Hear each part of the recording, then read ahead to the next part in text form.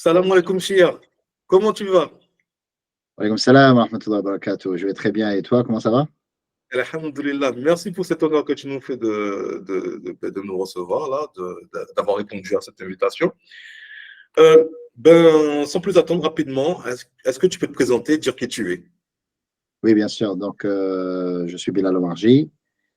Je suis donc, bon, je vais utiliser des termes anglais. Je vais expliquer un peu c'est quoi. Je suis un membre du Sharia Board de Marhaba DeFi. Donc, le Sharia Board, c'est, on va dire, c'est comme un genre de. Donc, Marhaba DeFi, donc, c'est une compagnie de crypto. Ouais, je pense qu'on l'expliquera plus tard, c'est quoi exactement. Et donc, on a un département à l'intérieur qui s'occupe comment dirais-je, de faire en sorte que les opérations de la compagnie soient conformes avec la jurisprudence islamique. Donc, je fais partie du membre de ce Sharia Board-là. Donc, auparavant, j'étais, comment dirais-je, j'ai travaillé comme imam en Angleterre, à Londres. Je suis aussi le directeur d'une compagnie qui s'appelle Sharia Experts, qui est donc cette compagnie-là aussi, elle propose des solutions qui sont conformes euh, à la loi islamique, aux principes islamiques pour les business, etc. Et donc, je fais ça en parallèle avec ma position avec Marhaba DeFi, bien sûr. Et aussi, je suis un consultant dans les affaires islamiques pour certaines organisations comme Islamic Finance Group, qui est basé en Angleterre, Ah oui. pour Islamic Relief, l'association caritative, la branche anglaise, et aussi pour la National Zakat Foundation, qui est basée, elle aussi, à Londres.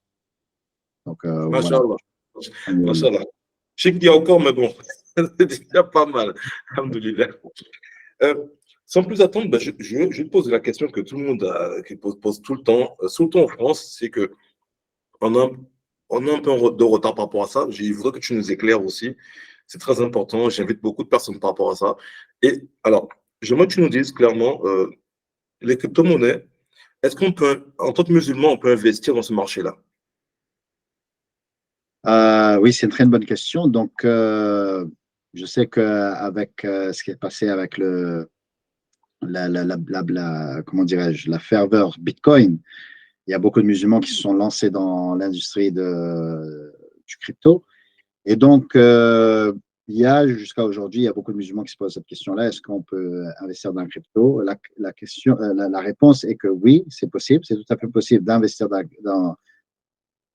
on parle de crypto-monnaie, mais tu sais, la crypto-monnaie, moi, j'aime pas vraiment utiliser ce terme-là. Euh, Alors que, bon, les gens, ils aiment dire crypto-monnaie ou crypto-actif. Parfois, ces termes sont interchangeables. Mais d'un point de vue islamique, moi, je ne parlerai pas de crypto-monnaie, je parlerai plutôt de crypto-actif. Et la crypto-monnaie, elle fait partie de ce qu'on appelle des crypto-actifs. Donc, c'est tout à fait possible d'investir dans la crypto-monnaie ou dans les crypto-actifs, mais il faut faire en sorte que ces cryptos-là, elles sont conformes avec les principes islamiques. Donc, ce n'est pas tous les cryptos qui sont tout à fait halal. D'accord. Ok. Très bien. Alors, pourquoi il y a autant de, justement, de divergences au niveau de fatwa pour, fatwa contre? Il y a des vidéos, je pense que c'est le Cheikh Ouaili, souvent qui sort, qui ressort. Pourquoi il y a toujours ce genre de divergences? En fait, il y a eu, j'ai tendance à dire il y a beaucoup de mécompréhension. Mhm. Euh, euh, bon, la mécompréhension, ça ne veut pas dire, je ne remets pas en cause l'intelligence des savants, bien sûr que non. Mhm. Euh, Parce que même dans le domaine conventionnel, il y a beaucoup d'économistes, beaucoup de professionnels de la finance qui eux-mêmes ne comprennent pas euh, les cryptos. D'accord? Mhm. Il y a un livre qui a été écrit par un auteur anglais qui s'appelle Brad Scott. Un livre qui s'appelle Cloud Money. Et dans Mhm. ce livre-là, il parle de la crypto-monnaie et lui-même, il disait que il partait, parfois il était invité sur le plateau de Bloomberg On Mhm. parlait des cryptos. Et donc, parmi les invités, il y avait des grands personnages de grandes compagnies, etc. Et ces gens-là, eux-mêmes, ils ne connaissaient pas vraiment, ils ne comprenaient pas c'est quoi la crypto. Mais ils étaient invités sur Bloomberg pour en parler. Donc, il y a beaucoup de mécompréhension par rapport à la crypto. Et c'est cette mécompréhension qui va, bon, c'est une des facteurs. Bien sûr, c'est pas tout. Moi, je ne veux pas dire que tous les fatwas sont basés juste sur ça, mais ça va être une des raisons pour laquelle il y a des fatwas qui sont contre les cryptos. C'est les gens, les ulama, ils n'ont pas euh, forcément compris comment les cryptos marchaient. Et donc, au départ, il y a eu Bitcoin. Mhm. Les savants, ils ont émis des fatwas sur Bitcoin, des D'accord. fatwas qui étaient défavorables. Mhm. Et par la suite, beaucoup de personnes ou d'autres savants, ils ont utilisé ces mêmes fatwas-là pour, pour, comment dirais-je, pour tous les autres cryptos qui sont venus. Donc, quand on leur demandait est-ce que c'est autorisé d'investir dans les cryptos, eux, ils répondaient que non, par exemple, parce qu'eux, ils avaient vu la fatwa sur Bitcoin qui était interdite. D'accord. Alors que pas tous les cryptos actifs fonctionnent comme Bitcoin. Tous les cryptos actifs. Donc, il y a des cryptos qui n'ont rien à voir avec la même structure de Bitcoin. Donc, ça, c'est une des raisons, c'est cette mécompréhension-là qui ont poussé certains ulama à émettre des fatwas sur le fait que le crypto n'était pas autorisé ou n'était pas licite du point de vue islamique. Alors que, par ailleurs, il y a d'autres savants qui, eux, ont fait une recherche approfondie de ce que sont les cryptos. Et donc, Mhm. ils ont émis des fatwas qui sont, on va dire, favorables par rapport à l'investissement dans les cryptos. Après, il y a beaucoup d'autres facteurs aussi, comme par exemple, il y a le facteur la politique, par exemple. Donc, on a vu que dans dans beaucoup de pays musulmans, la crypto, elle est interdite. Les fatwas qui sont émis de ces pays-là sont défavorables euh, envers la crypto. Pourquoi? Parce que le gouvernement veut interdire la crypto-monnaie. Et c'est tout à fait normal. C'est tout à fait normal que, parce qu'on ne peut pas espérer des ulama ou des savants d'un pays d'émettre des fatwas à l'encontre de ce que le gouvernement veut, surtout en sachant que c'est le gouvernement qui, en général, qui paie le salaire de ces savants-là. D'accord? On a les awqaf, donc dans beaucoup de pays, les ulama, ils sont employés, c'est comme des fonctionnaires. Ils sont Mhm. employés par l'État, c'est-à-dire, quand je dis l'État, c'est-à-dire un awqaf, etc. Et eux, ils sont payés donc, à travers du awqaf, donc ils sont régulés par l'État, et donc ils ne peuvent pas émettre une fatwa qui va à l'encontre de la réglementation du pays. Donc il y a Mhm. une aspect politique aussi à, comment dirais-je, en anglais, comment on dit ça, considerate, c'est-à-dire il y a un aspect politique aussi à Considéré. prendre en compte aussi. Ouais. Euh, donc voilà, il y a plein de facteurs qui poussent les ulama qui ont poussé les ulama à émettre des fatwas contre les cryptos. Il y a aussi le fait qu'il y a eu beaucoup d'arnaques à travers la crypto. Il y a aussi le fait que beaucoup de cryptos, elles sont haram aussi. Hein. Il y a des cryptos qui sont tout à fait haram, et donc les ulama, ils pensent que voilà, c'est la crypto en elle-même, elle est liée à l'intérêt ou au jeu du hasard, etc. Donc ces cryptos sont haram. Donc, il y a beaucoup de facteurs qui ont poussé les ulama à émettre des fatwas, et ces fatwas-là, elles peuvent être en contradiction des unes des autres. D'accord. Bon, classique. Donc, c'est vrai que ce que tu dis, c'est vrai que j'ai remarqué ça. Il y a un facteur, je le ressens politique des fois, parce qu'il y a des avis qui sont pour, mais on ne les entend pas du tout. Mais on va pour beaucoup les avis qui sont contre ressortir. Et ça, c'est très peu depuis 2017, il y a des avis qui sont pour, mais il faut aller les chercher. Parce que, Ouais. en gros, ça ne ressort pas comme les avis qui Mm. sont contre. J'ai remarqué ça. Et souvent, j'ai remarqué aussi que c'est souvent la même chose. Le blanchiment d'argent, d'accord? On dit que le blanchiment d'argent, on dit le terrorisme, et on dit quoi encore? On dit les activités, tout ce qui est activité un peu illicite. Ouais. Alors que, on peut se poser la question, c'est que en blanchiment d'argent, ben, c'est l'espèce, c'est l'argent fiduciaire qui est le plus utilisé. Et le Oui, terrorisme, pareil. On sait que la crypto, c'est très peu. Et, ouais. et on dit qu'on peut, on peut rien acheter avec. Aujourd'hui, c'est le cas. C'est même en bourse, il y a les ETF. Donc, c'est pour ça qu'il y a beaucoup de choses. Les choses évoluent aussi. Et je vois qu'on reste toujours dans le passé, alors que même ces pays-là, en question, ces pays-là, je vois que les Émirats, le Qatar, ils ont fait des transactions avec la Chine en monnaie de banque centrale, donc qui sont des crypto-monnaies aussi. Ouais. L'Arabie Saoudite développe aussi son truc. Et c'est vrai qu'en France, on reste dans ce statut-là où on est encore dans le flou. Alors que ces pays-là qui ont fait des fatwas à l'époque sont en train d'émettre des fatwas pour le Bitcoin maintenant. C'est ce que je suis en train de voir. Donc, c'est ça qui me fait rire. Donc, il faut se tenir toujours dans l'information au courant. Donc, ça Oui, amène la question, justement.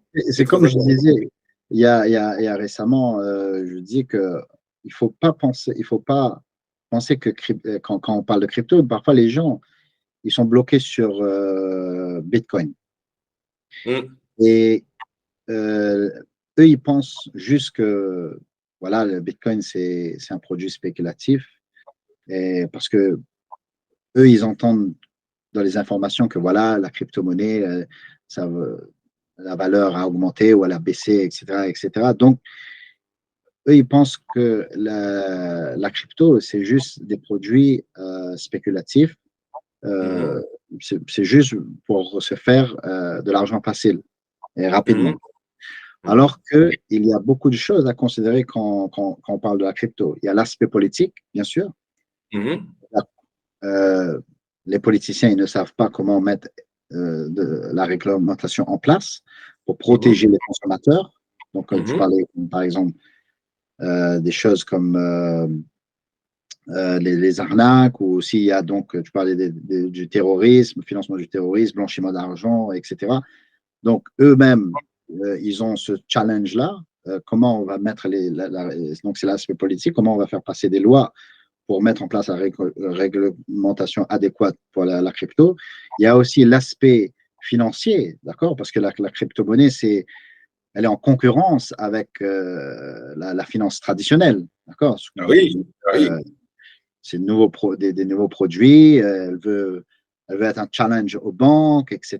Donc, il y a tout un aspect économique et financier qui est remis en cause.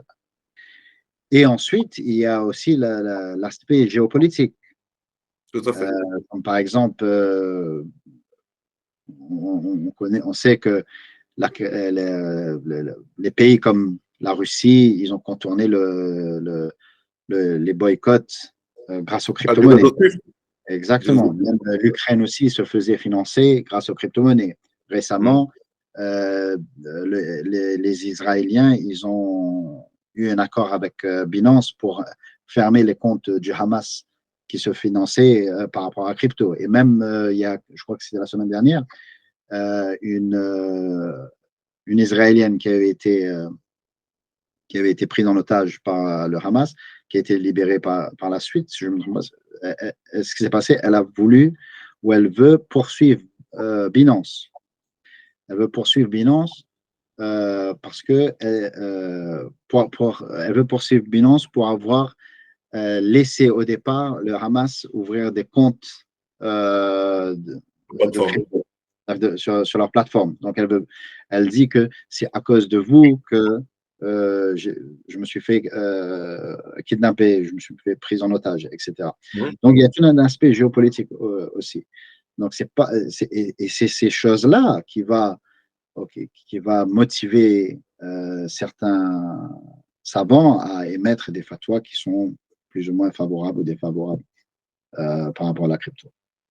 Et les d'accord, pays merci. aussi, comme on dit, les pays musulmans aussi, eux aussi, ils vont regarder ce qui se passe et ils vont avoir des lois en fonction de ce qui se passe, de ce qui se pense et de ce qu'ils pensent de la crypto. Peut-être que la crypto, surtout quand on est dans un pays musulman où les gens, ils essaient, par exemple, euh, de mettre tout leur argent dans la crypto. Et donc, il y a un risque pour que ces gens-là, ils ne vont plus payer leurs taxes, leurs impôts. Ouais. Ouais. Tout ça à prendre en considération. Si on est un gouvernement, c'est tout à fait normal. Les gens Mais vont être libres. La crypto donne une liberté et donc de pair à pair où il n'y a pas d'intermédiaire et donc il ouais, y a des enjeux financiers. On est d'accord dedans. Il y a ouais, des enjeux financiers. Si tout le monde est libre, les banques ne servent plus à rien, donc ils ne peuvent pas se permettre. Donc nous sommes d'accord là-dessus. ouais. Tandis que l'argent, on peut imprimer, on peut.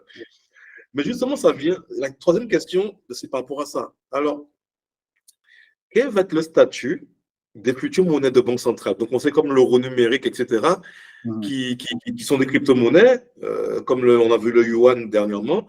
ouais. C'est quoi le statut par rapport à ça? Parce que ça, c'est encore, encore quelque chose de particulier dans la liberté des personnes, etc. Donc, qu'est-ce que tu peux nous dire là-dessus?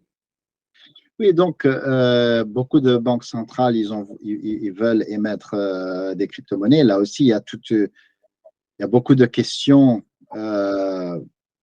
qui sont remises en cause du point de vue de la liberté, parce que avec la crypto-monnaie, l'État sera un peu plus proche de la population. C'est-à-dire que là, maintenant, parce que dis-toi bien que tout ce qui se passe sur la blockchain est enregistré. D'accord? Tout à fait. Donc là, on sait exactement qu'est-ce qui va se passer. En général, nous, quand on fait des transactions, par exemple, avec notre carte bancaire, c'est la banque qui sait où est-ce que tu es en train de faire ton shopping online, par exemple. Mhm, D'accord? mhm, Mais avec les crypto-monnaies émises par la banque centrale, ça va être le gouvernement qui sait ça directement. D'accord? Donc, toi, tu vas faire des transactions avec ta crypto-monnaie online et le gouvernement il sait exactement que tu es en train d'acheter quelque chose sur Amazon ou Google, pardon, eBay, etc. mhm, Donc, tout à fait. est-ce qu'on est prêt c'est-à-dire à laisser le gouvernement à surveiller nos vies personnelles euh, jusqu'à, c'est-à-dire, est-ce qu'on est d'accord qu'eux, ils voient exactement tout ce qu'on est en train de faire en termes d'achat personnel, etc. Il y a cela. Il y a, mais le challenge n'est pas seulement pour la population ou pour la société. Le challenge, il est aussi pour les banques.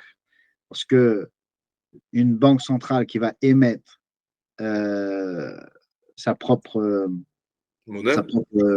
crypto-monnaie, elle remet en cause aussi les commercial banks, les banques en Mhm. général, parce qu'on sait que la monnaie fiduciaire, elle est créée par les banques. Les banques centrales. Donc, il y a plein de questions qui se posent aujourd'hui par rapport à la création de crypto-monnaies à travers des banques centrales. Mais voilà, il semble avoir comment dirais-je, un engouement des banques centrales pour les digital cryptocurrency. Je Mhm. pense qu'à l'heure d'aujourd'hui, il y a 90% des banques centrales qui explorent ces monnaies-là. Mhm. Et on pense que la valeur de ce type de monnaie, elle devrait atteindre plus de 200 milliards de dollars d'ici 2030. Et donc, bon, pour le moment, la Chine, elle se trouve en tête de ce déploiement. Mhm, tout à fait. Et donc, mais il y a aussi l'Europe qui est en train d'étudier, qui est en train de travailler aussi sur la L'euro crypto, numérique. Mhm. l'euro, voilà. Même l'Angleterre aussi, le Royaume-Uni aussi, ils sont en train de travailler là-dessus. Donc, il y aura l'adoptement de la crypto-monnaie par les banques centrales, c'est une chose c'est juste une question de temps. Donc, au-delà même des libertés, du coup, j'ai vu quand même en Chine, par exemple, si on prend ça pour exemple, il y avait aussi, comment dire ça, le côté où l'argent, on pouvait dire que l'argent peut expirer. C'est-à-dire que dans 2 mois, par exemple, il faut que tu utilises ton argent, sinon ça expire.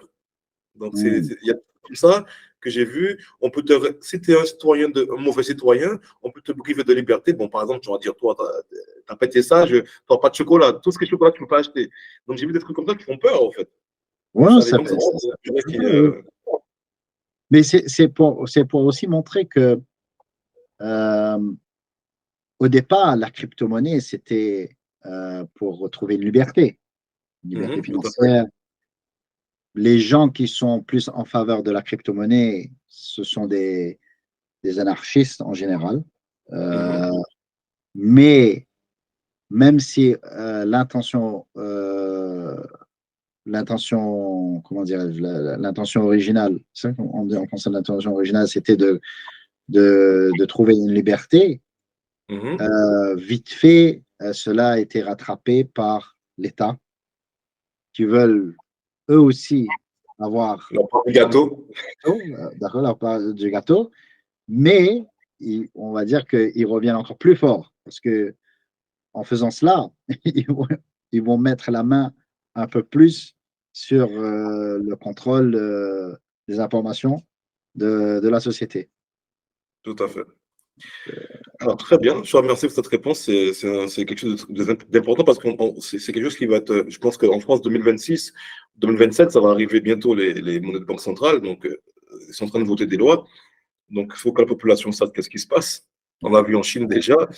Alors, ensuite, je vais te parler d'un truc. Je vais te parler de la DeFi et d'autres sortes. Il y a beaucoup de sortes de revenus passifs dans la crypto. Est-ce que c'est autorisé, genre comme le staking, est-ce que c'est autorisé pour les musulmans?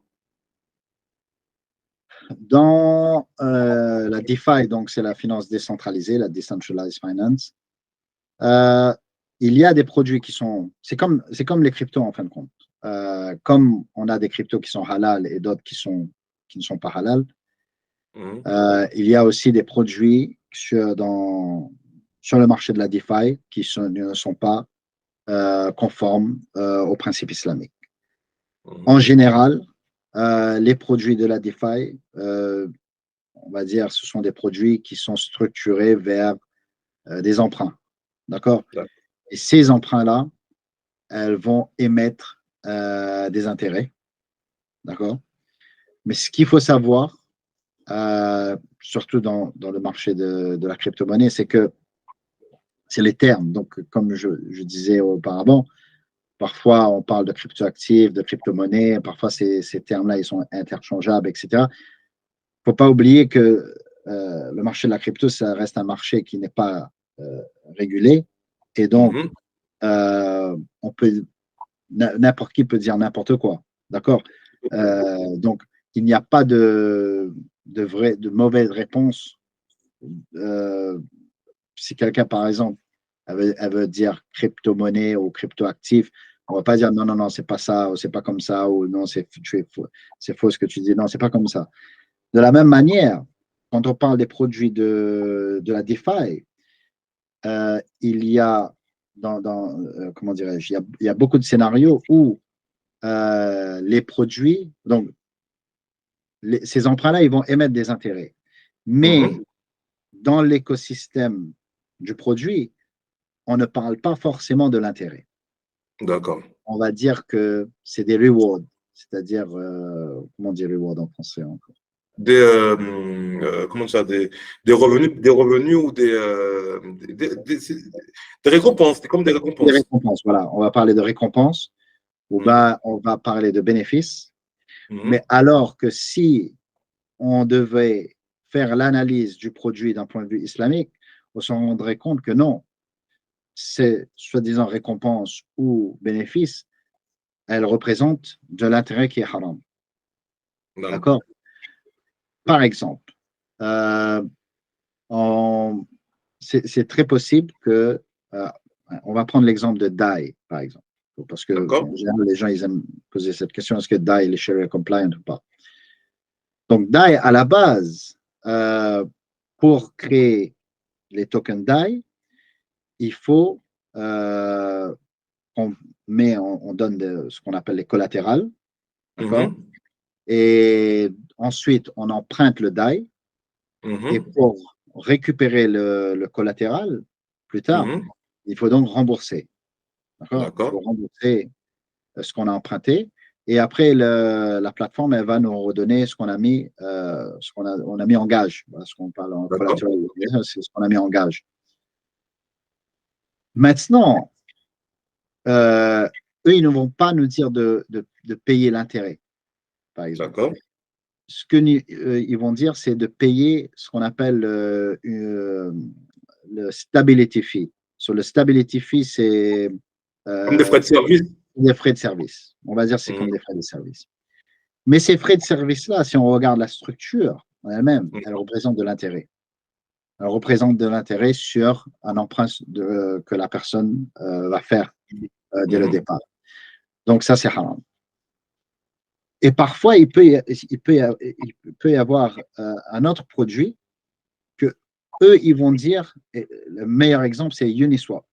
Donc au départ, quand Uniswap est venu sur le marché, moi-même, et avec tout le Sharia board de Marhaba, alors que Marhaba n'était pas actif à l'époque, mais tous les membres du Sharia board pensaient que Uniswap n'était pas Sharia compliant. Elle n'était pas conforme à la Sharia.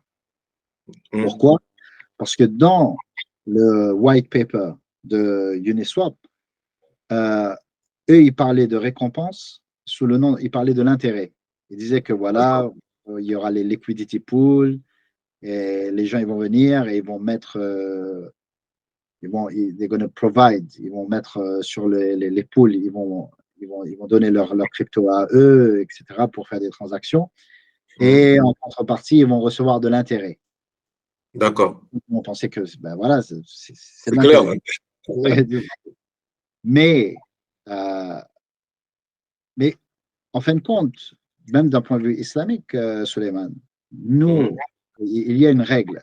C'est que quand on fait une analyse, comment dire, une Un analyse effort. pour regarder est-ce que le contrat elle est conforme ou non à la charia, il ne Mhm. faut pas simplement se baser sur les termes. Il faut regarder la structure entière. D'accord. Donc, même si le contrat parle d'intérêt, d'un point de vue islamique, ça ne veut pas dire que ça représente de l'intérêt, qui est haram. Et D'accord. donc, dans le cas de Uniswap, eux, ils parlaient d'intérêt, mais en réalité, c'était des bénéfices. La D'accord. structure de Uniswap en elle-même, c'est une structure qui est, pour les gens qui sont familiers avec la finance islamique, ils sauront que du Modaraba, ils ont entendu parler de Modaraba. Et donc, Mhm. Uniswap, la structure, les liquidity pools, comment les liquidity pools fonctionnent elles-mêmes, c'est semblable à la structure Modaraba de la finance islamique. D'accord. Ça ne veut pas dire que tous les liquidity pools de Uniswap sont conformes à la charia. Je ne dis pas ça. Mhm. Parce que il y a beaucoup dans les liquidity pools, ça va dépendre des crypto-actifs qui sont en train d'être tradés, bien sûr. Tout à fait. Moi, je parle de la structure en elle-même. Comment le liquidity pool elle est structurée. C'est une structure qui est tout à fait halal. Et donc, la récompense que la personne va recevoir, ça ne représente pas l'intérêt. Ça représente des vrais bénéfices. Mais D'accord. eux, Ok. ils parlent d'intérêt. Donc, dans le challenge qu'il y a dans l'industrie de crypto, c'est de faire attention aux termes. D'accord? Donc, comme je disais, donc dans la DeFi, il y a beaucoup de produits qui ne sont pas halal, beaucoup de produits qui sont structurés. Bon, la DeFi, on va dire, elle dépend quasiment des emprunts, des produits qui D'accord. font Ouais. emprunt.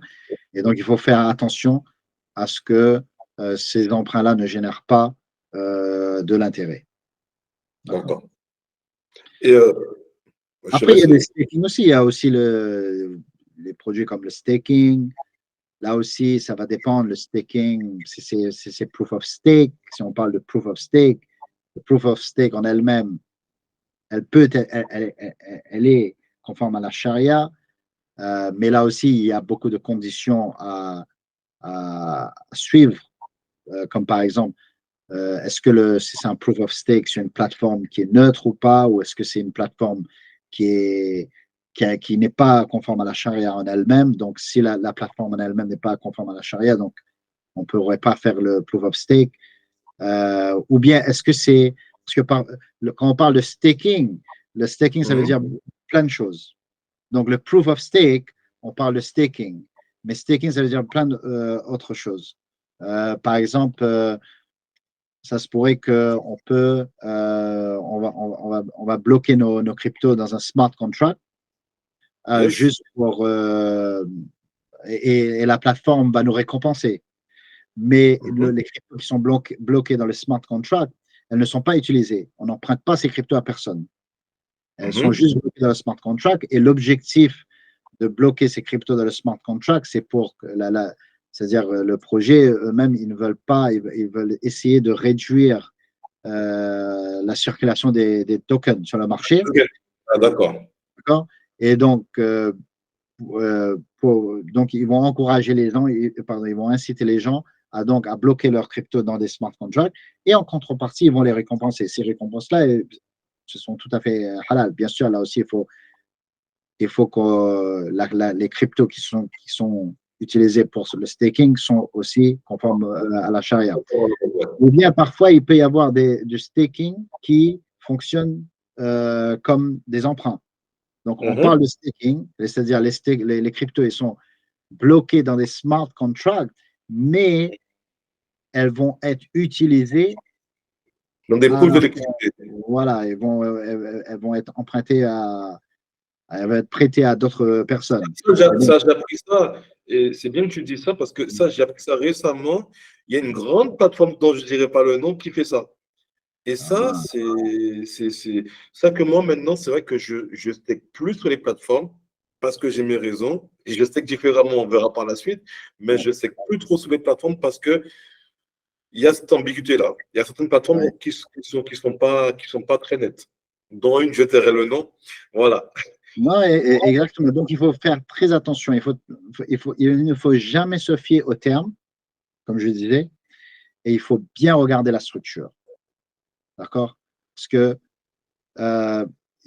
même comme je disais, quand on parle de staking, le terme, elle est générique, mais ça peut vouloir dire plein de choses. Exactement, ouais. Exactement. Il faut savoir ce qu'on fait.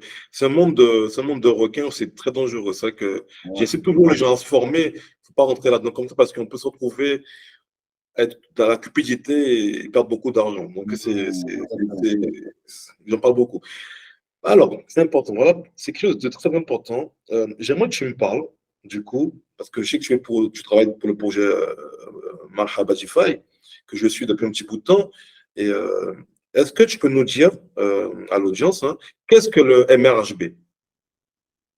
Donc, le MRHB, c'est le nom d'un token et ça veut dire Marhaba, tout simplement. Marhaba, bon, en arabe, ça veut dire bienvenue, welcome. Et le choix du nom pour les fondateurs, c'était pour donner le message que malgré que cela est un produit islamique qui se veut conforme à la charia, mais on veut garder à l'esprit que c'est-à-dire on veut être ouvert à tout le monde, que ce soit musulman et non musulman. On veut inciter les gens à investir à travers Marhaba, pas seulement parce qu'elle crée des produits qui sont conformes à la charia, mais qui sont aussi conformes à l'éthique. D'accord? Donc, c'était par rapport à ça qu'ils ont pris le nom Marhaba. Donc, MRHB, c'est le diminutif du mot Marhaba. Maintenant, la Marhaba DeFi, on va dire, c'est le premier projet islamique crypto qui a vu le jour. Il y avait un autre projet qui a précédé Marhaba, qui s'appelait Kentar. Oui. Mais jusqu'à preuve du contraire, ce projet-là, elle n'avait pas démarré. C'est-à-dire qu'ils avaient le site, ils avaient leur roadmap, ils avaient même la structure, mais ils avaient les fatwas. D'accord? Ils avaient les fatwas. Il y avait pas mal de savants d'Égypte qui ont supporté Kentar et sans plus. ce projet n'a pas, je ne pense pas qu'elle avait le jour parce que je me souviens, parce que elle a dû précéder Marhaba, c'est-à-dire le concept de Marhaba était déjà là, donc elle a dû précéder comment dirais-je, l'équipe Marhaba, la formation de l'équipe Marhaba par peut-être 2 ou 3 mois ou quelque chose. Mais en réalité, c'était eux qui avaient eu à l'esprit l'aspect crypto halal, on va dire. D'accord, d'accord. Mais le produit qui a vraiment vu le jour en tant que crypto halal, en tant que crypto islamique, c'est Marhaba DeFi. Donc Marhaba, ils ont créé leur token qui s'appelle D'accord. MASD. Ce token-là, donc au début, on disait que pas tous les cryptos sont comme Bitcoin. Bitcoin est une crypto-monnaie. Elle a été créée pour des achats. D'accord? Elle a été créée comme une autre forme de monnaie. Tandis Tout à que fait. la token MRHB, on appelle ça, moi j'appelle ça des cryptos hybrides. Les cryptos hybrides, c'est-à-dire que ce sont des tokens qui peuvent être utilisés pour faire des paiements dans leur écosystème, mais elle peut donner accès à beaucoup d'autres bénéfices, à beaucoup d'utilités. Donc, par exemple, avec la token MRHB, donc Marhaba, pour revenir déjà à Marhaba DeFi, c'est une plateforme qui n'a pas juste créé le token en elle-même. C'est tout un écosystème. Ils ont créé le token, mais ils essaient de créer un écosystème avec plein de produits financiers qui sont conformes à la charia. Comme par exemple, ils avaient ce qu'on appelait, ça existe toujours, le souk NFT. Donc, les NFT, ce sont on va dire des tokens, on appelle ça des non-fungible tokens, c'est-à-dire que c'est des tokens qui peuvent représenter comme une pièce d'art, par exemple, ou l'année dernière, quand ils avaient donné le ballon d'or à Karim Benzema, ils avaient donné aussi la version NFT, le ballon d'or NFT. Donc, on peut avoir, par exemple, je ne sais pas, un tableau de Van Gogh, par exemple, mais en version NFT. D'accord? Donc, ou bien la NFT, elle peut représenter un article d'un journal, par exemple. Tout à fait. C'est possible. Donc, Marhaba avait créé un marché pour des NFT. Mais en sachant que les NFT, donc Marhaba n'a pas créé les NFT, mais Marhaba a invité les gens à venir vendre leurs NFT sur le marché qu'ils avaient créé. Mais la particularité du souk NFT de Marhaba, c'était qu'on faisait en sorte, jusqu'à aujourd'hui, on fait en sorte que les NFT qui sont mis en vente sur la plateforme, elles sont conformes aux principes islamiques. C'est-à-dire qu'il ne va pas y avoir des NFT qui sont en relation avec des activités haram, comme par exemple des photos qui sont dénudées, etc., ou bien des NFT qui représentent de la haine envers la haine raciale, etc., des choses comme ça. Donc, il y a vraiment une personne qui veut vendre sa NFT sur la plateforme, elle doit passer ce qu'on appelle un screening, c'est comme un filtre, on va dire. D'accord, ok. D'accord. Donc, pour acheter les NFT, on pouvait utiliser les tokens MRHB. Là, on voit que le token MRHB, elle peut fonctionner comme de la monnaie. D'accord. Ok. Mais la token MRHB, elle peut aussi donner accès à certaines utilités, comme par exemple le staking sur la plateforme de Marhaba. On a le produit Miro, d'accord, qui est une forme de staking, qui est peut-être, qui est selon moi le premier staking conforme à la charia, c'est-à-dire certifié conforme à la charia. D'accord? Qui est certifié conforme à la charia. Et là, donc, les détenteurs du token MRHB qui vont staker MRHB pourront avoir accès à beaucoup de bénéfices, comme par exemple, ils pourront voter, par exemple. Donc, je crois que c'est tous les semaines ou quelque chose comme ça, il y a un vote qui est mis en place où les détenteurs peuvent voter. Par exemple, le Marhaba, euh, donc ils ont créé aussi le Sahal Wallet. Donc, c'est-à-dire, c'est un portefeuille où on peut. Parlons de base du port du Sal Wallet, parce que c'est quelque chose, c'est un produit qui est très intéressant. Je te laisse en parler. Je t'ai coupé, mais c'est un produit qui est Ouais. très intéressant. Donc, le Sahal Wallet, c'est comme un portefeuille. Donc, on a les portefeuilles comme MetaMask, etc. Et donc, on a le Sahal Wallet. Maintenant, le Sahal Wallet, c'est un portefeuille où on va pouvoir garder nos tokens, nos cryptos actifs. Il va y avoir une forme d'interaction avec les cryptos que nous détenons, mais elle peut nous donner aussi certaines facilités, comme par exemple sur la portefeuille de Sahal, on a accès à une liste de tokens qui ont été certifiés, on va dire, ou qui a passé une sorte de filtrage pour déterminer si elles sont conformes au principe islam écono. Donc, je crois qu'à l'heure d'aujourd'hui, il doit y avoir, je pense, près de 200 tokens Ah ouais, quand même, qui, c'est intéressant. ouais, Ouais. de 200 tokens qui ont été rajoutés sur la portefeuille Sahel et qui sont conformes à la charia.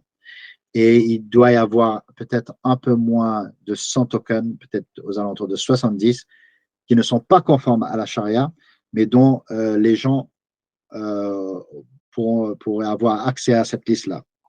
D'accord? D'accord. Donc, elle a cet avantage-là parce que, comme je disais auparavant, ce n'est pas tous les cryptos qui sont halal. Donc, on doit, avant d'acheter des cryptos, on doit savoir, on doit faire une recherche pour voir si ces cryptos-là sont halal ou pas. Donc, l'avantage avec Sahal Wallet, c'est que on a accès à une liste de cryptos qui sont halal. Et cette liste-là, comment dire, il y a un update, c'est-à-dire il y a une mise à jour c'est tous les mois, c'est tous les semaines même. Donc, il va y avoir des tokens qui sont rajoutés à fur et à mesure. Donc, il y a Donc, moi, ça. si je suis musulman, si j'ai un musulman qui cherche des cryptos, avec le Sal Wallet, je peux investir en toute tranquillité sans me dire, oui, c'est halal ou c'est haram. Je sais que là, c'est filtré et je suis à l'aise avec ça. Donc, je peux même acheter des crypto-monnaies dessus. Ah, c'est magnifique. Exactement. Et pour souligner que l'accès à cette liste, elle est gratuite. Elle est gratuite. Donc, pour avoir Sahal Wallet, pour avoir le portefeuille en elle-même, elle est tout à fait gratuite. On n'a rien à payer. Pour avoir accès à la liste, cela aussi est gratuite. D'accord? On n'a rien à payer. Et donc, on pourrait tout à fait avoir le portefeuille Sahal, ensuite regarder la liste et acheter des cryptos sur notre plateforme. Tout à fait. D'accord? Il n'y a aucun problème à ça. Donc, il y a ça, il y a cette facilité-là. Il y a aussi le fait que avec Sahal, on a accès à d'autres produits, comme par exemple ce qu'on appelle le Empower. OK. Le Empower, c'est comment je vais expliquer ça? Ça a été créé il y a tout récemment. Donc, regarde, avec la crypto, en fait, euh, en général, euh, ce que les gens, beaucoup de personnes auraient voulu, c'est d'utiliser leur crypto dans la vie de tous les jours. Comment utiliser leur crypto pour s'acheter, pour faire des achats? D'accord? Et donc, avec le Empower, on a cette possibilité-là.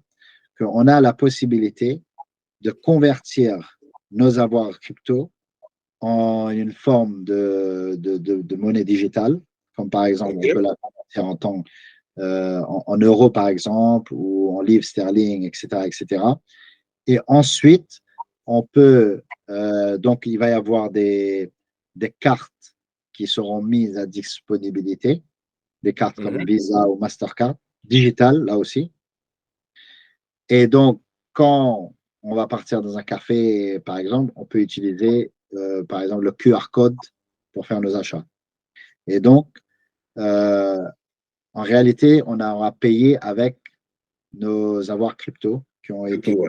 ici en digital money et qui nous ont permis de faire des achats, de réaliser des achats dans des restaurants, etc. Mais Donc, non, c'est énorme ça comme nouveauté. C'est quelque chose que d'autres projets ne font pas, ça. Et ça, c'est quelque chose d'innovant quand même. oui, il y a beaucoup de projets qui sont en train d'essayer de trouver des solutions pour permettre aux gens d'utiliser les avoirs crypto pour faire des achats. Il y en a des projets qui vont même jusqu'à émettre des cartes physiques. Mais là, il y a toute une complication parce qu'il faut travailler avec des banques, etc. Et donc, on va dire comme en anglais, ça defeat the purpose, c'est-à-dire à la fin, c'est comme si que on est en train on travaille avec la banque. En général, les gens, ils veulent contourner tout ça, c'est-à-dire ils veulent contourner les banques, etc., etc. Donc, avoir la carte bancaire digitale, c'est mieux que d'avoir une carte physique qui est connectée avec la banque ou quelque chose. Donc, voilà, c'est très bien, je pense, parce que les gens qui sont sceptiques par rapport à la crypto se posent toujours cette question-là. Qu'est-ce que je peux faire avec la crypto? On ne peut rien faire, on ne peut rien acheter. Mais là, on a réussi à démontrer que la crypto-monnaie, elle a des vraies utilités. Elle peut servir à, à vivre sa vie, à faire des achats, à se payer un café ou à s'acheter un repas, etc. Non, mais j'ai Donc, vu, c'est incroyable ce que vous faites parce que, alors pour le public français, donc j'ai vu que c'est à plusieurs pays. Donc j'ai vu que vous avez les cartes virtuelles, donc changer sa crypto en carte virtuelle, donc Visa, Mastercard, pour faire des achats dans le magasin normal, soit en ligne, etc. J'ai vu aussi que vous avez les cartes cadeaux dans tous les magasins qu'on peut avoir en France, Decathlon, Leroy Merlin, Castorama, ouais. Uber, Deliveroo. Mais c'est incroyable. C'est-à-dire qu'aujourd'hui, c'est des choses que même des gens qui sont dans la crypto, moi j'ai découvert ça il y a très peu de temps, et Ouais. j'étais choqué parce que c'est quelque chose qui ne t'en pas. Et vous, vous êtes en train vous, qu'on ne connaît pas forcément, vous développez un truc qui est énorme. C'est incroyable. M4A, c'est vraiment quelque chose d'incroyable. Non, tout à fait, tout à fait. Franchement, moi, je pense que c'est une des plus belles choses que Malhaba a réussi à mettre sur pied, bien que elle n'est pas forcément innovative. Il y avait des projets qui ont créé des solutions de paiement avec des cryptos, mais le fait on a réussi à aider les gens à utiliser leur crypto dans la vie de tous les jours, je pense que c'est un achievement. Une importante découverte. L'avancée, Voilà, c'est quand même, ouais. exactement. Et que tu as mentionné le fait qu'on peut même acheter des cartes cadeaux des magasins, des grands magasins en France, etc. Donc, c'est vraiment une chose. Euh, il y Et on a peut même donc, recharger son téléphone. Même le téléphone, j'ai vu que le téléphone, on peut recharger son téléphone. Et voilà, depuis, exactement. oui, c'est incroyable. Ouais, on peut recharger même le téléphone aussi dans certains pays. Donc au fur et à mesure, il va y avoir plusieurs sortes de facilités avec le Empower. Mais ça, là aussi, c'est juste un aspect du Sahel Wallet. D'accord? Il y a d'autres aspects, comme par exemple le marché des, des commodities, comme par exemple, on peut s'acheter de la crypto-monnaie adossée à l'or. Le TJRX, par exemple. Le TJRX, pour le moment, c'est la possibilité d'acheter de la crypto adossée à l'or, c'est-à-dire en possédant ces cryptos-là, c'est vraiment, on possède de l'or. Cet or-là, elle est stockée dans un coffre. À l'heure actuelle, c'est en Australie. Et chaque crypto qu'on possède, elle représente un gramme d'or qui est vraiment D'accord. dans le coffre. Donc, voilà. Ils pensent que là aussi, dans un avenir proche, j'espère, on pourra même avoir des cryptos qui sont adossés à peut-être au pétrole ou à quelque chose comme ça. Il y a le fait qu'on a. Donc, après, bon, après, il y a les produits passifs. Euh, ils appellent ça les revenus passifs, c'est ce qu'on dit. Revenu passif, tout à fait. Est-ce que tu peux nous Oh, en parler?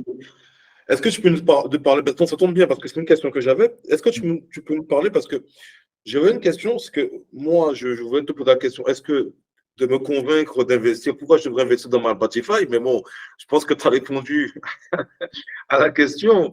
Dans tout ça, tu as apporté beaucoup d'arguments. Donc, la question maintenant que je me pose, c'est que moi, je suis musulman, d'accord? Je investis dans la crypto-monnaie. Je sais que c'est un marché volatile qui est jeune, où il y a des possibilités de faire plus de profits comparé à de la bourse, mais on sait qu'il y a plus de risques parce qu'il y a de la volatilité. Même si moi aussi, je veux me créer des revenus passifs. Donc, avec ma Spotify, est-ce que tu peux m'expliquer qu'est-ce que je pourrais faire pour avoir des revenus passifs? euh, on avait mentionné le Miro, donc qui est un programme, un staking programme. En anglais, on parle de euh, passive income, Mhm, d'accord, en général. Mais le vrai terme n'est pas passive income, parce que quand on parle de passive income, il y a plein de, il y a beaucoup d'aspects réglementaires à prendre en considération. Donc, eux, ils appellent ça le passive wealth generation. Passive mhm, wealth generation. Et donc, dans le passive wealth generation, on a le bureau, c'est-à-dire le staking programme. Là, on va. Alors, qu'est-ce qui rend le Miro halal? C'est que ce programme de staking, les détenteurs de Miro, ils vont, en premier lieu, ils vont bloquer leur Malahaba, leur MRHB dans un mhm, smart contract. D'accord? Le but, là aussi, c'est euh, de ne pas d'empêcher qu'il y a trop de cryptos mhm. qui sont mis en circulation. Euh, et donc, c'est pour empêcher des activités comme la spéculation, etc. Parce que, comme tu sais, on a ce qu'on appelle les baleines, les whales, Oui, qui sont juste pour se faire de l'argent facile. Ils achètent plein de cryptos et ensuite ils ils les rebalancent sur le marché. Donc, euh, le but dans le staking, c'est d'essayer comment dire, de réduire la la spéculation. voilà. Maintenant, quand on met nos MRHB bloqués sur le smart contract, en général, la plateforme va nous récompenser pour ça. Tout à fait. Mais euh, avec Marhaba, on n'a pas voulu faire ça. On n'a pas voulu créer ce qu'on va dire cet argent facile Mhm. euh, que les gens parfois, parce que ce genre de staking, là aussi, en général, elle est vraiment comparée à de l'intérêt. Donc, ils comparent ça à des savings accounts, c'est-à-dire des comptes épargne. Ils vont Ok. toujours dire, ah, le staking, c'est comme le compte épargne. Tu mets juste ton argent dans un compte, c'est bloqué et tu vas D'accord. recevoir de l'intérêt. Alors que ce n'est pas de l'intérêt. Donc, nous, ce qu'on a fait, on a voulu faire en sorte que les récompenses sont vraiment liées à des vraies activités. Donc, on a créé le blocage de la crypto dans les smart contracts, mais la Mhm. personne ne va pas recevoir de récompense juste parce qu'elle a bloqué ses cryptos sur le smart contract. Non, elle va recevoir des récompenses si elle participe activement dans l'écosystème de Marhaba. C'est-à-dire, par exemple, il va y avoir des votes qui sont organisés. Ces votes-là sont en relation à des décisions qui font partie des opérations de la compagnie, hein, comme par Mhm. exemple quel token les gens veulent qui passe au filtrage, etc. Donc, ils devront voter. Et c'est seulement quand ils voteront qu'ils vont pouvoir être récompensés avec d'autres MRHB tokens. d'autres cryptos. D'accord? Donc, ce n'est pas de l'intérêt, Mhm. c'est de récompense. Donc, d'un point de vue islamique, on appelle ça le ju'ala. D'accord. C'est une forme c'est un contrat où tu vas être récompensé si, à condition que tu fasses quelque chose. Si tu D'accord. fais cette chose-là, on va te donner quelque chose. Si tu ne fais rien, alors tu Rien. n'auras pas de récompense, mais c'est sans plus. D'accord? C'est pas comme la personne qui est employée. Mhm. L'employé, il est payé pour faire un travail, et s'il ne fait pas ce travail-là, il va être pénalisé. D'accord? Mhm. Là, Tout c'est à pas la fait. même. Le Durala, c'est pas la même chose. Si tu travailles, tu vas être récompensé. Si tu ne travailles pas, c'est tout. Il n'y a rien. Voilà, il y a rien. Il y a pas de compte à rendre à personne. Donc voilà, le Miro, elle est basée sur le Durala. Donc il y a ça. Et ensuite, il y a le Amplify. Now, le Amplify, c'est des investissements faits qui sont automatiques, qui utilisent la technologie de l'intelligence artificielle. Et D'accord. là, la structure en elle-même, elle est basée un peu sur. Bon, il va y avoir deux sortes de Amplify. Il y a le Amplify Pro qui va sortir plus tard. Et ça va être vraiment focus sur, pour des clients comme les institutions financières. Mhm. Cette structure-là, d'un point de vue islamique, elle est basée sur une structure de Modalaba. Mhm. Mais euh, la première version de Amplify qui est live aujourd'hui, elle est plutôt basée sur une sorte de wakala, c'est-à-dire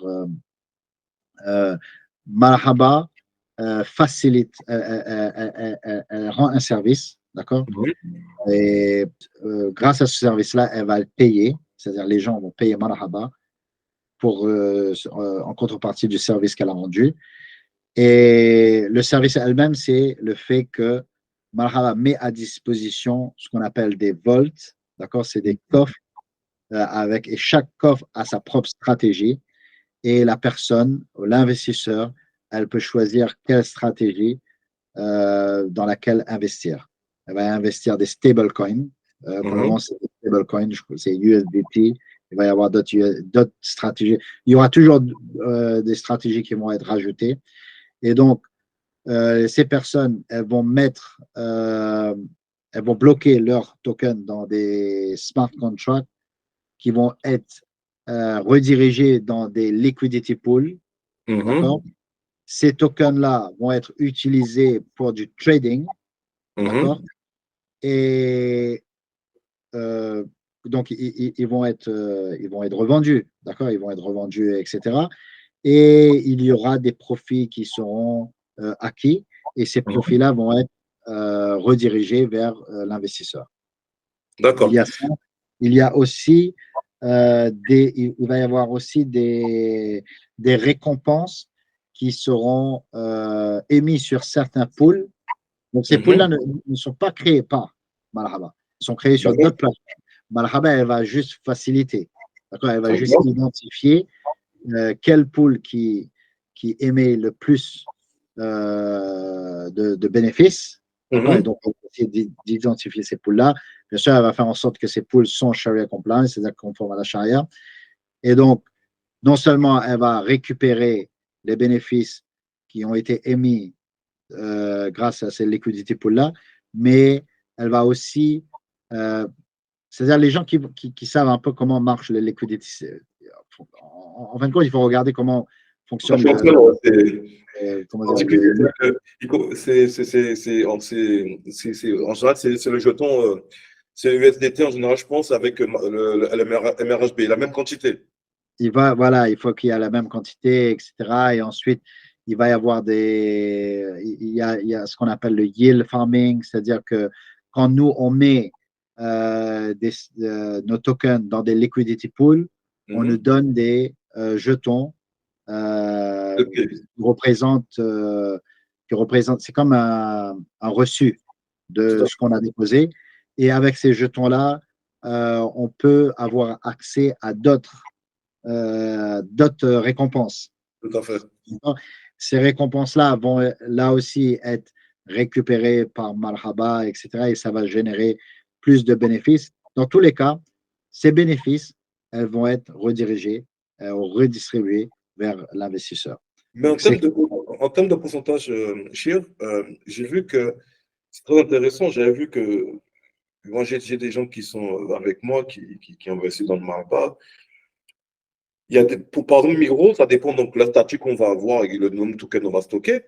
Mais je vois que ça peut, pour ceux qui take très longtemps, on va dire sur plusieurs semaines, j'ai vu qu'on a on va dire un ROI autour des fois au-delà de 20%. C'est énorme. Oui, je pense que je ne connais pas vraiment tous les détails sur le retour, mais oui, l'objectif, c'était, on n'a pas promis, hein, faut faire attention, les gens, parce d'un point de vue islamique, on ne peut pas promettre D'accord. un pourcentage fixe, mais l'objectif est d'essayer d'avoir des stratégies qui vont pouvoir émettre ce genre de retour, ce genre de bénéfice qui va aux alentours de 15 à 20%. Et c'est tout à fait normal parce que quand on regarde l'univers de DeFi, on s'aperçoit qu'il y a des projets qui, bon, ces structures sont en général, elles ne sont pas conformes à la charia, mais il y a des projets qui garantissent un retour à 2000%, Ouais, 3000%. c'est vrai. Je crois que le plus que j'ai entendu parler, c'est 10 000% ou quelque chose comme ça. Énorme. Donc, donc 20%, si on regarde, compare ça avec 20%, ça devient dérisoire. Tout à D'accord? fait. Mais quand on compare 15%, 20% par rapport à un compte épargne qui va. Il n'y a pas Là, ça, photo. Il n'y a pas photo. C'est voilà. énorme. Ça reste très acceptable. Dans la crypto, pour investir sur la croissance de jetons, et aussi on Ouais. pourrait avoir une stratégie où on fait du staking, on a des revenus passifs. C'est Voilà, comme si on est exactement. dans la bourse, Ouais. on a la croissance et on a les dividendes. C'est magnifique, c'est très intéressant tout ça. Alors, du coup, ça mène sur notre question. Euh, Est-ce que, bon, je sais que vous avez vu, tu as répondu à la question, vous avez un Sharia board, d'accord? Est-ce que vous êtes aussi chapeauté ou certifié par un autre organisme au-dessus? Marhaba elle-même, non, mais D'accord, Amplify, oui. Donc, il faut d'accord. savoir que Marhaba, comme je l'avais dit, elle a beaucoup de produits.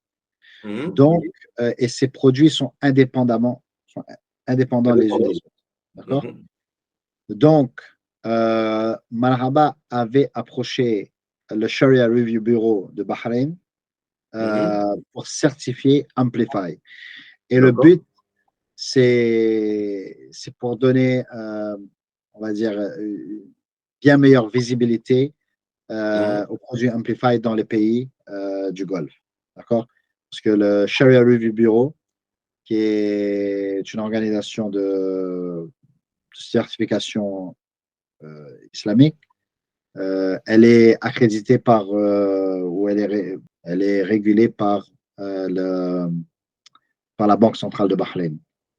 Donc, D'accord. les gens qui ont des certifications du Sharia Review Bureau, en général, c'est des certifications qui sont, on va dire, qui a de la valeur dans les pays du Golfe. Donc, voilà. Donc, Marhaba s'est fait certifier le Amplify par Sharia Review Bureau.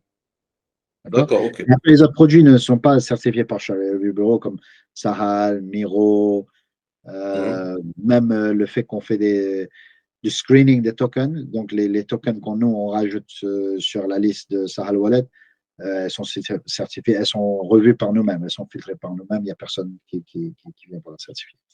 D'accord, ok, c'est bon. Alors, un projet où on voit autant d'innovation, tu viens de me dire des choses qu'on ne voit pas sur certains gros projets. Comment ça se fait que vous n'êtes pas connu? Pourquoi vous n'avez pas axé les stratégies? Pourquoi il y a pas beaucoup de marketing? Alors qu'on sait que dans la crypto, c'est le premier truc, c'est le marketing. Mhm. C'est quoi votre stratégie alors du coup? Parce que je vois qu'il n'y a pas beaucoup de marketing. Mais il y a beaucoup de produits. Ouais, il y a des produits, il y a de la marketing, mais on va dire que c'est pas de la marketing pour créer un hype. D'accord, ok. C'est pas comme les autres produits. C'est pas un. l'objectif chaque projet a leur objectif à eux. Il y a des projets qui vont faire de la marketing juste pour faire, on va dire, créer Une une hype, c'est sorte ça, de une hype, ouais. voilà, une hype, c'est ça. Et c'est l'objectif en elle-même. D'accord? Et ils vont faire ça même s'ils n'ont pas de produit à proposer à l'instant. D'accord? Ouais. Et on voit ça tous les jours. D'accord? Moi, je ne veux pas donner le nom. Il y avait un projet, ça fait depuis des années, là aussi, peut-être, ils sont venus juste un petit peu après Malraba. Bon, euh, ils n'ont pas les mêmes, ils ne proposent pas forcément les mêmes produits. Mais je ne sais même pas si le produit il est vraiment live jusqu'à aujourd'hui. Et ils ont Mhm. fait beaucoup. Ils sont partis, ils ont fait plein de partenariats, etc. Le produit c'est-à-dire le projet, il existe jusqu'à aujourd'hui. Mais Mhm. il n'y a rien derrière. Jusqu'à aujourd'hui, il n'y a pas vraiment de produit qui est offert aux investisseurs. Donc, D'accord. mais ils ont dépensé plein d'argent sur le marketing. Donc, Malhaba n'a pas adopté cette stratégie-là. Elle fait du marketing, mais euh, pour faire ce genre de marketing qui va créer un hype, on a besoin de beaucoup d'argent. D'accord? Il y a Mhm. beaucoup d'argent qui sont investis, comme par exemple les publicités sur les terrains de foot, etc. Ça nécessite beaucoup d'argent. Et D'accord. Malhaba ne veut pas gaspiller autant d'argent dans ce genre de publicité. D'accord, Voilà. ok, très bien. Je comprends. Vous, c'est des produits fonctionnels et voilà. Mais vous avez bien raison, Voilà. je suis d'accord. La fonctionnalité avant tout, parce que c'est vrai qu'il y a beaucoup en crypto, et tu le connais bien, le marketing, c'est quelque chose de très important où les gens ils font que ça et derrière, il n'y a pas de promesse. Il y a de très gros projets qui ont beaucoup de marketing et les investisseurs, ils attendent, c'est des promesses. Et ça fait une hype. Et Twitter s'envole, ils vont faire ci, ils vont faire ça. Il y a quelqu'un qui est mis en avant, le boss du projet qui est mis en avant, et derrière, on attend. Et donc, ça va Ouais, gonfler le prix. Les gens vont acheter. Il y aura comme certains projets. Bon, je ne vais pas dire le XRP parce que XRP, c'est un vrai projet, mais comme la XRP Army. Donc, chaque fois, il y a des clubs de fans qui vont pousser. Et comme on le voit avec les mêmes coins, comme on peut le voir sur Shiba ou autre, au départ, il n'y a pas d'utilité. Bon, après, ils ont eu bon, ça a bougé, mais au départ, il n'y a pas. Mais ça crée un engouement, ça crée des fans. Et au ouais, final, ouais, chaque fan va parler et ça va faire une hype. Et ouais. du coup, le jeton il monte, mais il n'y a rien derrière. Il n'y a rien derrière, exactement. Exactement. Donc, et dernièrement, j'ai vu que vous avez fait aussi un partenariat avec l'Arabie Saoudite. Est-ce que tu peux nous en dire plus? Le partenariat, c'est-à-dire à l'heure actuelle, c'est pas avec le gouvernement de l'Arabie Saoudite, c'est que Malhaba essaie d'avoir une meilleure visibilité là aussi dans les pays du Golfe, parce qu'il Mhm, y a beaucoup de développements qui sont en cours par rapport à la crypto. Il y a beaucoup d'investisseurs de ces pays-là qui veulent investir dans mhm, les projets de crypto. Et donc, pour ce faire, Malhaba donc, avait en premier lieu certifié, est parti se faire certifier Amplify par le Sharia Review Bureau.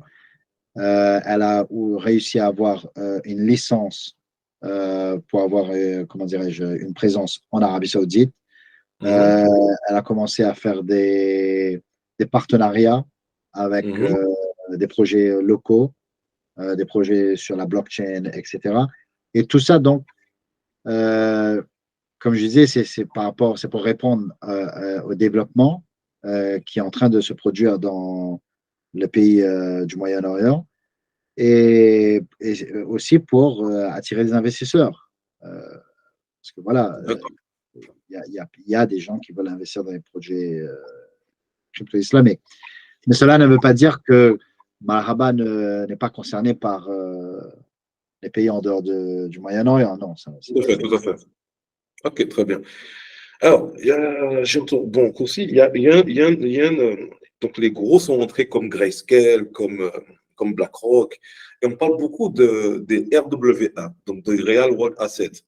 mm, Est-ce que vous allez proposer ce service-là? Donc, je sais que déjà, tu as répondu en partie à la question parce que j'ai vu qu'il y a de l'or et de l'argent, donc mais donc c'est tokenisé.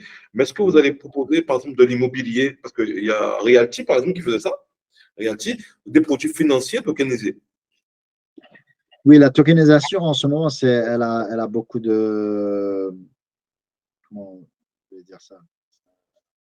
Il y a beaucoup même d'institutions financières comme JP Morgan et tout qui sont penchées sur la tokenisation des assets, des commodités réelles, de la vie réelle, comme tu disais, les propriétés, ou après, il y a l'or, l'argent, etc. Et donc, Marhaba a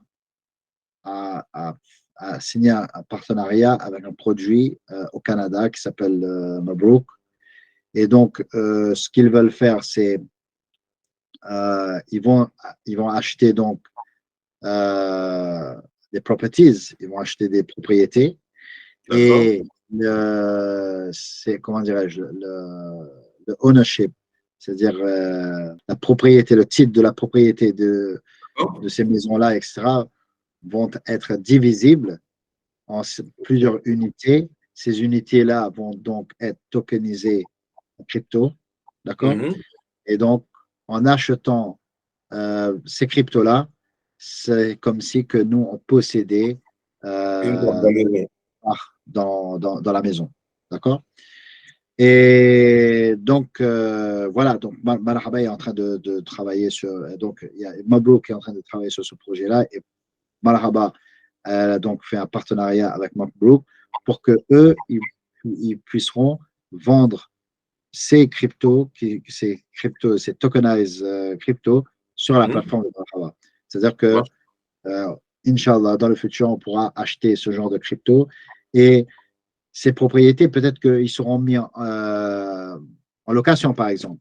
Donc, si elles sont mises en location, c'est-à-dire que les détenteurs de ces cryptos-là pourront avoir un revenu, euh, Revenu, un voilà, loyer. un loyer, ou peut-être qu'ils vont acheter des propriétés et les revendre. Et là aussi, les détenteurs de ces jetons-là pourront avoir Une plus-value. un plus-value. Voilà, exactement. Ah, c'est Donc, intéressant. c'est le but de Mabrouk. Et donc, bon, pour le moment, on parle de propriété, mais après, la tokenisation, ça peut se faire avec n'importe quel asset. Comme je disais, l'or, le pétrole, ou même euh, comment on va dire ça, le carbone, Ah, le carbon credit. Sur le carbon credit, moi, on avait certifié, je crois, il y a 2 ans de cela, un projet, pas avec Marhaba, mais avec Sharia Experts. On avait certifié un projet qui avait réussi à tokeniser les carbon credits. Donc, quand toi, tu d'accord. achètes des crédits carbone, c'est comme si que toi, donc, quand toi, par exemple, tu vas voyager, tu vas prendre l'avion, on va dire que l'avion, elle va polluer l'atmosphère. Mhm. Et la carbone ou le gaz à effet de serre ou le CO2 qu'elle va émettre, on va dire si elle représente 1 tonne, et donc on devrait diviser ces 1 tonne-là sur tous les passagers, on va dire que Mhm. toi, peut-être que tu as émis, je ne sais pas moi, un quart de D'accord. cette tonne. Donc, quand tu achètes ton billet, tu vas payer quelque chose pour, on va dire, vers le upset. C'est-à-dire cet argent-là, ils vont prendre cet argent pour aller financer un projet. Et D'accord. donc, c'est comme si que toi, tu n'as pas pollué. Parce que oui, tu as voyagé, ça a pollué, mais tu as financé un projet qui va. euh, D'accord. Ok, que ok. tu- Ah, j'ai vu ça quand je prends l'avion, j'ai déjà vu ça. Ouais. ouais. Ah, d'accord. Merci pour ton temps d'ailleurs, Chir, c'est super, super intéressant. Du coup, ben, qu'est-ce que tu aurais à dire, par exemple, parce que je ne te cache pas que toi, tu es à Londres, tu sais que vous êtes loin, loin, loin devant nous. Tu vois la différence. Il y a une différence qu'on ne peut pas ignorer. D'accord? Dans tout ce qui est déjà l'investissement de base, on n'y est pas encore là. Banque islamique, toi, c'est comme la boulangerie dans le coin de rue. Tu en vois tous les jours. Donc, nous, c'est très compliqué. Il n'y en a pas. Tu vois, on est à ce stade-là encore. Tu vois, c'est pour te dire que. Donc, qu'est-ce que tu aurais à dire au message aux musulmans qui sont en France quel message à faire passer? Quel message tu voudrais faire passer aux musulmans de France? Voilà. Déjà, pour les musulmans en général, le premier message qu'il faut faire passer, c'est l'importance de rechercher le halal Mhm. dans toute chose. D'accord? Et surtout, dans les transactions financières. Parce que le problème, c'est que en général, on ne fait pas attention à beaucoup de choses. Surtout en France, on ne fait pas attention à beaucoup de choses. Il y a beaucoup, euh, il y a beaucoup de choses à éviter en France. D'accord?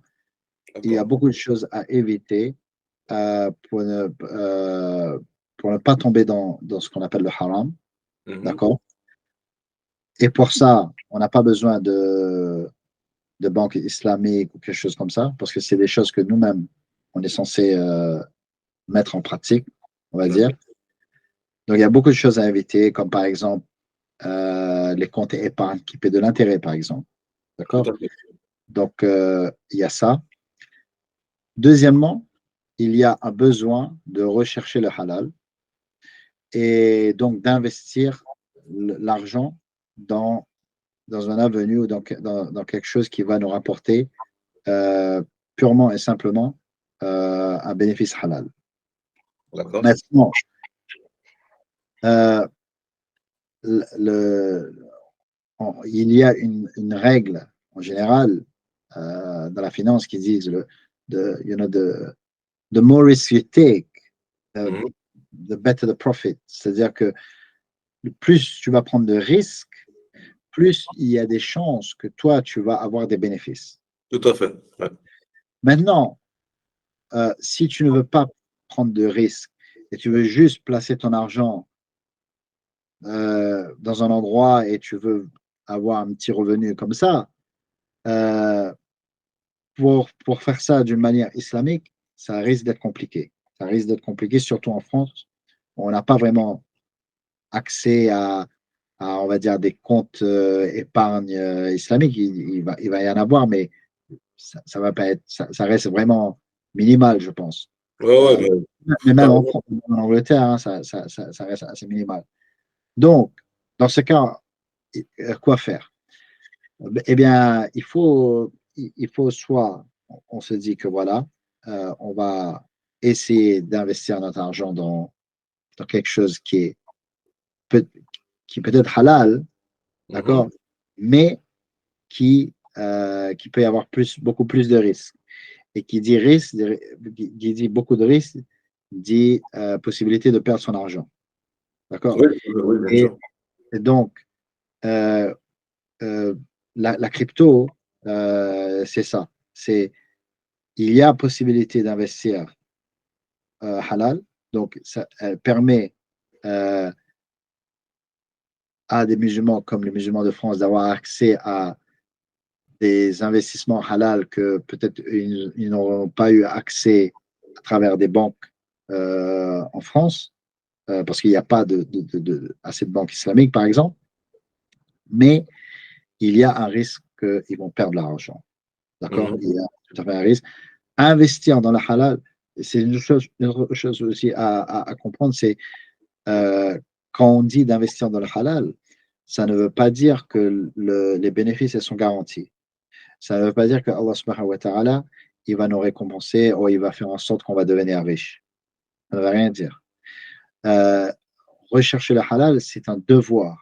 D'accord? Rechercher le halal, c'est un devoir en elle-même.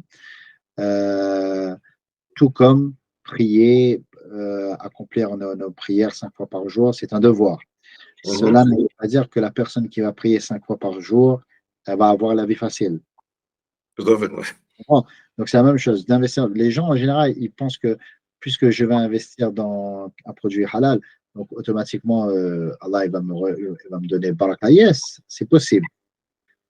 La baraka, elle vient sous plusieurs formes. La baraka ne vient pas forcément sous forme de bénéfice. La baraka, elle peut venir dans le dollar. Peut-être Mhm.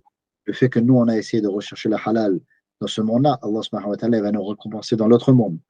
Peut-être que la baraka, elle vient sous la forme que peut-être qu'on n'aura pas de prospérité dans nos affaires financières, dans notre business, etc. Mais on aura la prospérité, on aura la santé, par exemple. Tout On à aura fait. la santé, ou bien peut-être qu'on n'aura pas de difficultés familiales, etc., etc. Donc la baraka, elle vient plusieurs formes. Elle ne vient pas forcément sous la forme de voilà, on investit dans le halal et on va recevoir plus d'argent. Non. Il faut donc enlever ça de notre tête, investir dans les trucs halal. Là aussi, ça va être en fonction du risque. Donc, comme moi, bien sûr que Marhaba, elle a créé beaucoup de produits qui sont halal, mais ça ne veut pas dire qu'il n'y a pas de risque derrière tout ça. Il y a un très gros risque. Donc, il faut faire très attention. En général, les gens qui investissent dans les cryptos, ils ont un appétit. Un appétit. Ils ont l'appétence pour le risque. D'accord? Donc, ils sont préparés mentalement à perdre de l'argent. Tout à fait. En France, les 3/4 des détenteurs de crypto expriment vraiment un intérêt pour des classes d'actifs qui sont considérées à risque. Donc, ils ont compris tout cela. D'accord? Donc, voilà, il faut bien comprendre tout ça. Donc, s'abstenir du haram, d'accord? Quoi qu'il en soit. Et deuxièmement, rechercher le halal. Là aussi, s'il y a des possibilités de rechercher le halal par rapport à des produits qui sont déjà mis en place en France à travers des institutions financières islamiques, ben c'est bien. Ou sinon, d'explorer d'autres solutions, comme peut-être faire des business ou créer un partenariat avec quelqu'un pour monter un business ou quelque chose comme ça. Ou là aussi, peut-être considérer des cryptos si on est vraiment prêt à prendre des risques. D'accord? Donc, voilà. Mais si on n'est pas prêt à prendre des risques, alors il vaut mieux s'abstenir et à ne pas investir dans les cryptos. Et là aussi, une autre chose, c'est que, comme on l'avait dit auparavant, pas tous les cryptos sont halal. Il y a vraiment, si on veut vraiment investir dans la crypto, il faut faire en sorte que on recherche des cryptos qui sont conformes aux principes islamiques. C'est vrai. Il faut faire attention à ça. Les gens rentrent dans la crypto et pensent que tout. Il y a beaucoup de musulmans qui tombent là-dedans, qui achètent de tout et pensent qu'on y va et bismillah, c'est bon. Alors qu'il y en a qui ont des fois des cryptos de la finance, hein, qui sont là. Oui. Bon.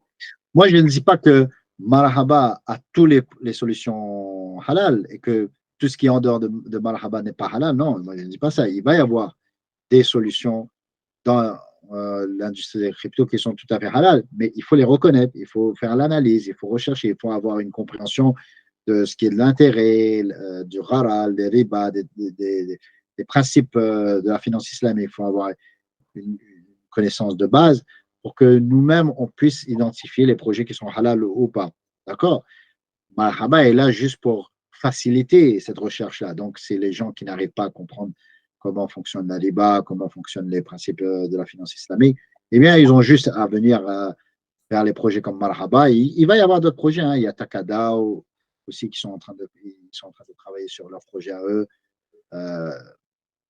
Je suis en train de les aider à mettre en place un produit d'assurance vie qui est tout à fait conforme à la charia. Donc, il y a d'autres projets qui est en train de voir le jour, qui sont conformes au principe de la charia ou donc qui vont pouvoir offrir beaucoup plus de solutions aux investisseurs musulmans. Inch'Allah. Mais ok, ben c'est parfait. Ben, je te remercie pour ton intervention. C'était super agréable. On a fait le record, je crois, machallah. Tu vois, le sujet de la crypto-monnaie, c'est tellement passionnant et de toute l'innovation que ça peut amener. Innovation dans le bon sens, je sais, parce qu'il n'y a pas des gens qui nous tombent dessus. Mais ça veut dire que c'est un projet que moi j'ai vu évoluer, que j'ai connu très tôt parce que qui est sorti en 2022, je crois. C'était en plein bear market. Hein, en plein bear market. C'est pas évident, mais qui a quand même bougé en fonction du Bitcoin, très bien réagi. Même je vois un moment, j'ai vu dans un magazine célèbre, je ne sais plus le magazine, où il était testé parmi les 3 actifs qui avaient le mieux résisté pendant cette période. Ouais. C'est le Guardian, non, je ne sais plus c'est quel magazine. Je ne sais pas si c'est Forbes, j'ai oublié. Voilà, c'était Forbes, voilà, exactement, c'était Forbes, exactement. Mais c'est un projet qui est très jeune. Et c'est vrai que c'est risqué parce que oui, forcément, il y a des fluctuations et c'est un projet que, Oui, comme il est petit, bah, ça bouge. Hein. Donc, mais il faut s'y intéresser, à ces solutions-là. C'est pas fait pour tout le monde la crypto-monnaie. Il y en a qui vont. oui, Voilà, c'est ça, c'est très volatile. C'est pas fait pour tout le monde. Il y en a qui vont rester, même des financiers, ils ont peur de la crypto-monnaie, des financiers oui, aguerris. Ils restent dans le monde de la bourse, on fait des petites variations de 1% par jour, 0,5. La crypto, c'est autre chose. Il faut avoir, faut se préparer à ça, il faut bien se former à ça, parce que sinon on peut perdre ses économies si on y va comme ça. Et c'est un monde de requins où il y a beaucoup d'arnaques, hein. C'est ah oui, clair. Surtout quand on va sur des portefeuilles qui sont décentralisés, en dehors des plateformes. Donc, il faut faire très attention à ça. Donc, cher Belal, je te remercie pour ton intervention. Et j'espère pouvoir en tout cas te parler à l'occasion. On voit comment le projet va évoluer. En tout cas, c'est Inch'Allah. pour faire découvrir au public français qu'aujourd'hui, il y a des solutions de crypto-monnaies qui sont halal. Il n'y en a pas beaucoup, mais il y a des solutions qui peuvent faciliter aussi à trouver des crypto-monnaies, donc avec le Sal Wallet. Donc, c'est un super outil on peut voir que MetaMask, par exemple, n'a pas Bitcoin. Et j'étais étonné de voir que sur le Sal Wallet, on peut acheter du Bitcoin. Et ça, pour moi, c'est énorme. Parce que même le MetaMask, on ne peut pas le faire. Bon, on peut le faire de manière très compliquée, mais ça, c'est déjà quelque chose de phénoménal. Voilà. Donc, toi, merci et je te dis à bientôt. Merci Voilà. de m'avoir invité. Barakallahu fik. En fait, barakallah, mon frère.